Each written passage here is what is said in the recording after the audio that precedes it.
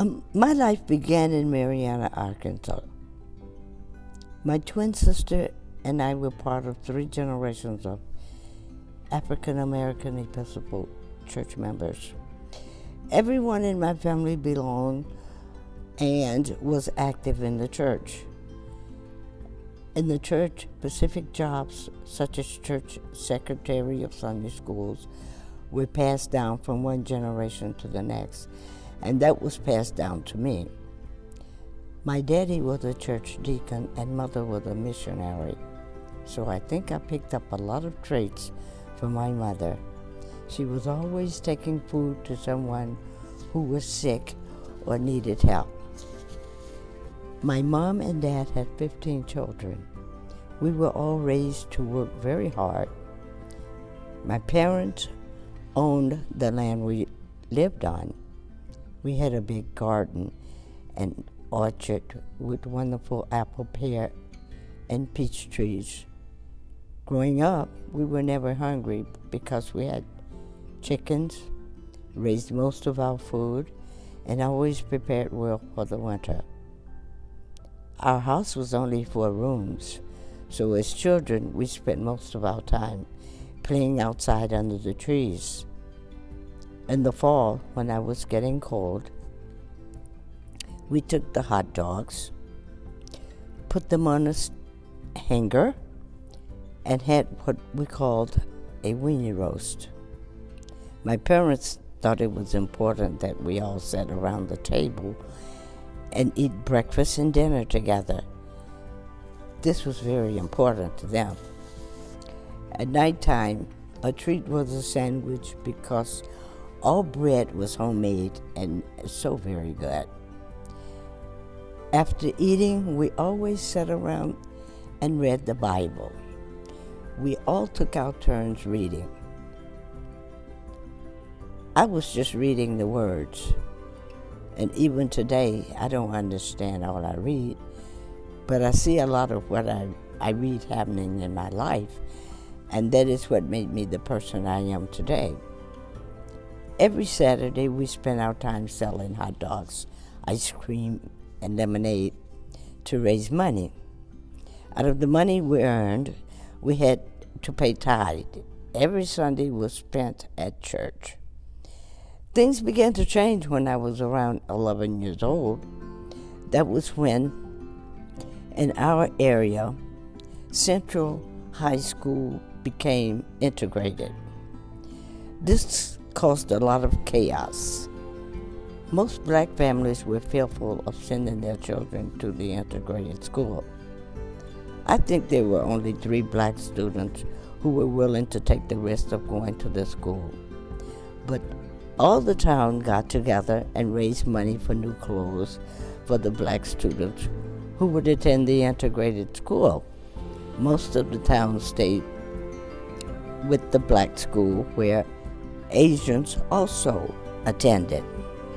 The town was divided. There were the blacks, then Asians, then whites. The Asians were like a dividing line between blacks and whites. During the Emmett Till time, which greatly affected everyone in the South, my parents sent my twin and me to a little town outside of Boston called Lynn, Massachusetts, to live with my older sister until after these difficulties blew over. I was 12 years old, and this was the first time I had a white teacher. Went to a school with white students. There was one other non-white student who was from Central America who didn't speak English very well.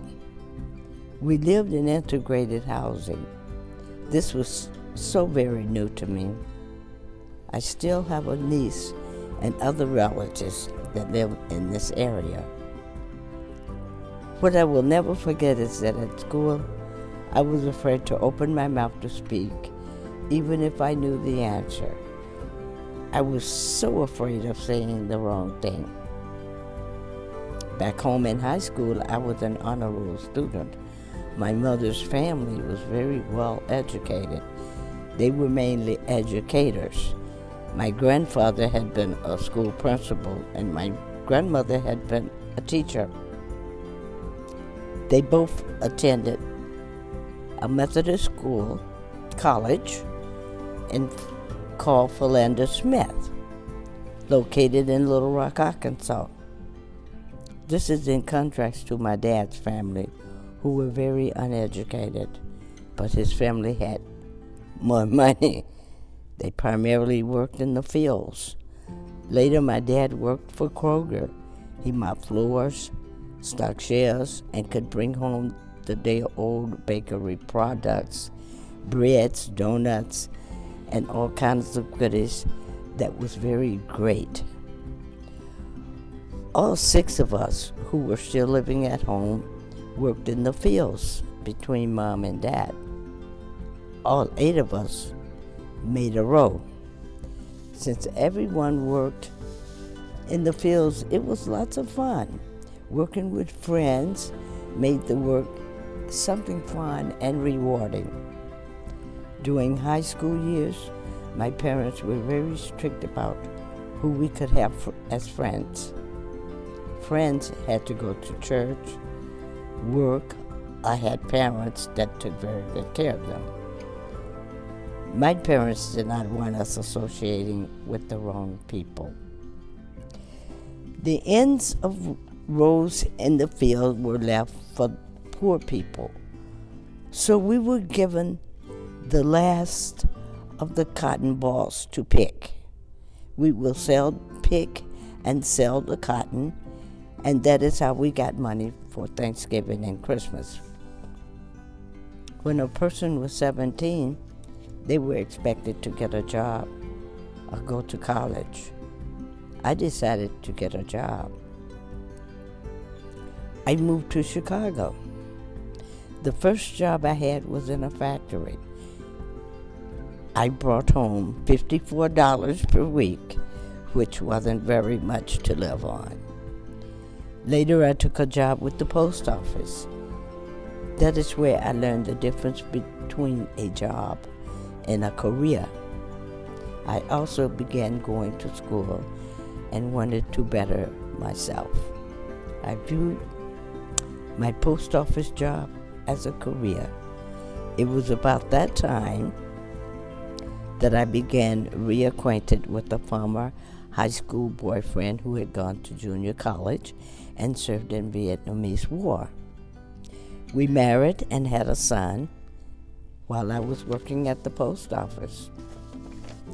My husband wanted to move to Memphis, Tennessee area.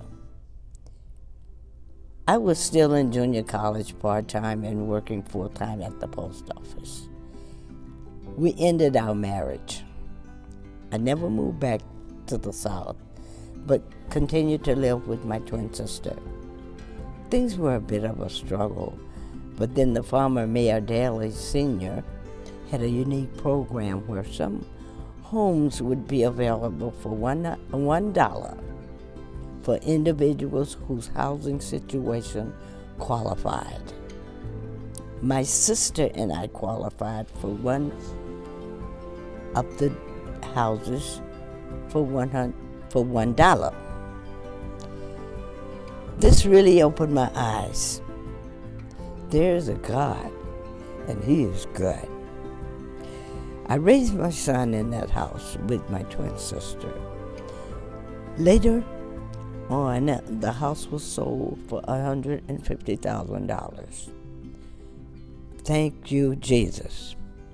This allowed me to embark on a new career. I entered nursing school training for LPN in 1982.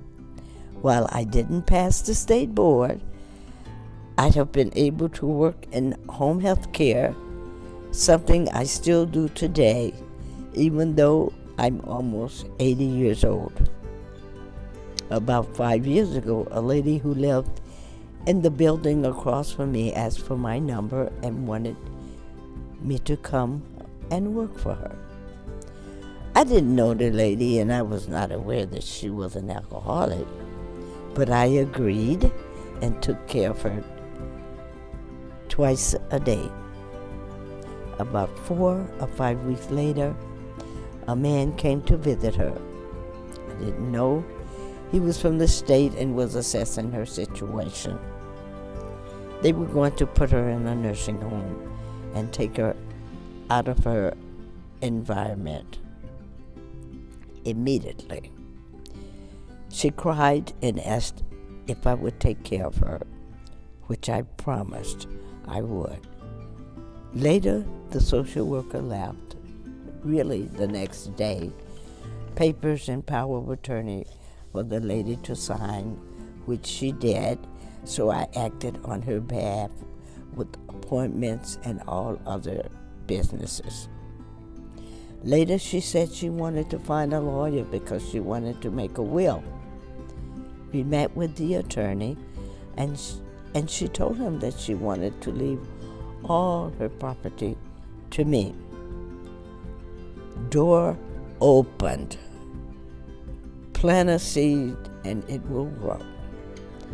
Everything comes back to you manyfold.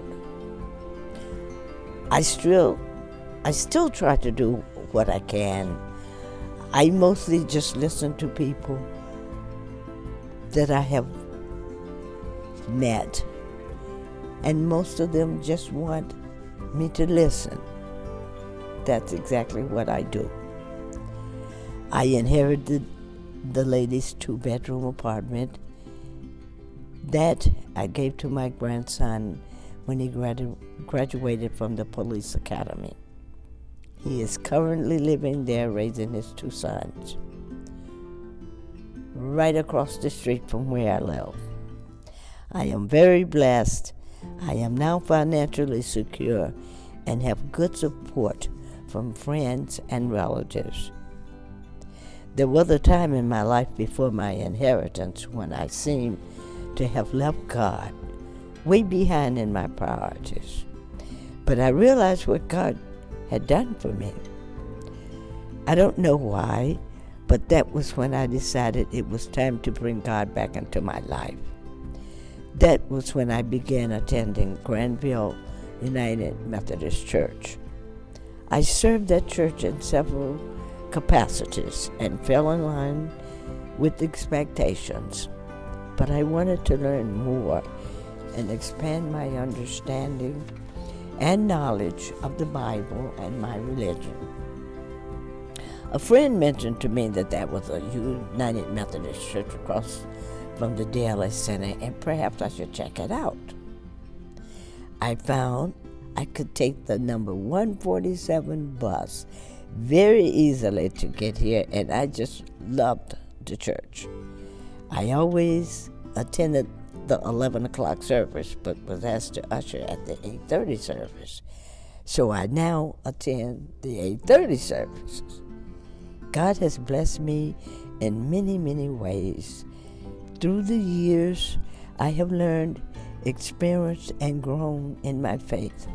My parents put me on the right path, and God has provided friends and family along my way to guide me where I am today. Thanks be to God.